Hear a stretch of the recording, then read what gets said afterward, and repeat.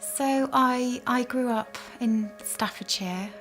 There was my brother and I, John, and mum and dad. Life wasn't particularly good at home. My mum was actually mentally ill and quite incapable of actually looking after children, or the home, or cooking, or cleaning, or anything like that. It was quite sad and quite lonely, and my dad was very strict to the point of abusive. So I went through life kind of not knowing who I was, any identity. I can't remember being told that I was loved or hugged or kissed or anything ever by my parents. So that was my life up until the age of 15, where my brother John suddenly died in a car accident. And that was the point where I thought to myself, you know, what is this life about? Why am I here? It's just too awful, really. And I was broken completely, and so were my parents. But there was no support structure at all. So I left home at my earliest opportunity, which was when I was 18. And I had a deep longing for acceptance, identity, love, which I'd never really experienced, but obviously longed for. So I guess I looked for that in relationships with guys, and the wrong relationships. Had no role model. Things went from bad to worse because I got myself into two physically violent relationships, emotionally and physically violent, which were just awful, and just left me from being broken to destroyed, I guess. I went for many years going through one relationship to the next, being really torn apart.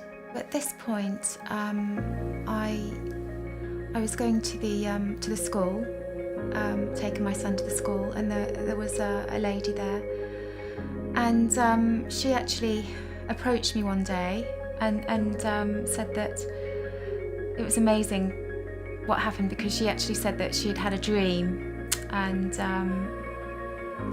that my face appeared in this dream, and that I should be brought along to church, which I found fantastic, and that somebody could actually care, to be honest. And so she invited me to church, and I came, and it was fantastic, and it was a place where I did actually feel joy and felt like people do actually care here, and and I did feel God's love tremendously. It's a shame, because at that point I wasn't actually in a place where I carried it on. There was still lots going on in my life. I was still in an awful relationship, still very, very broken, and I didn't follow that journey as I should have done. And I actually went back and did the same things that I was doing previously. It was this pattern that I fell into, and I carried it on. And it got even worse, to be honest. Things went from unimaginably worse to even just the impossible, in terms of abuse. So this went on for quite a number of years, and this is at the point where I just sat down and said to myself, this cannot go on anymore. I will not repeat the same patterns. I want to know who this God is, and I have to turn my life around now. At this defining moment, I was in my bedroom, and I fell to my knees, and I just opened my arms, and I said, Jesus, I just want you in my life, and I submit my whole life to you. And I said, not just a bit of me, Lord, just take all of me. And that was it, really.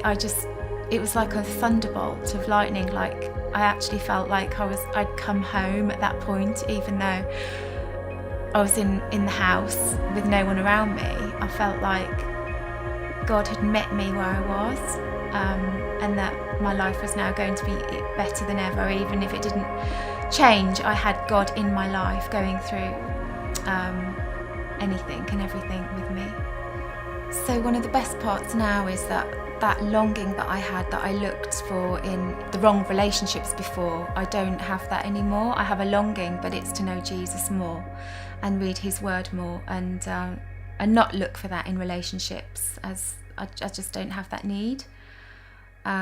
So now I just look to Jesus for everything, and he fulfills it. For someone who didn't really know, have any idea what home actually was, well, it was actually quite a dark and cold place to be. Now I've actually found home and everything that home should be. It's just an amazing place to be.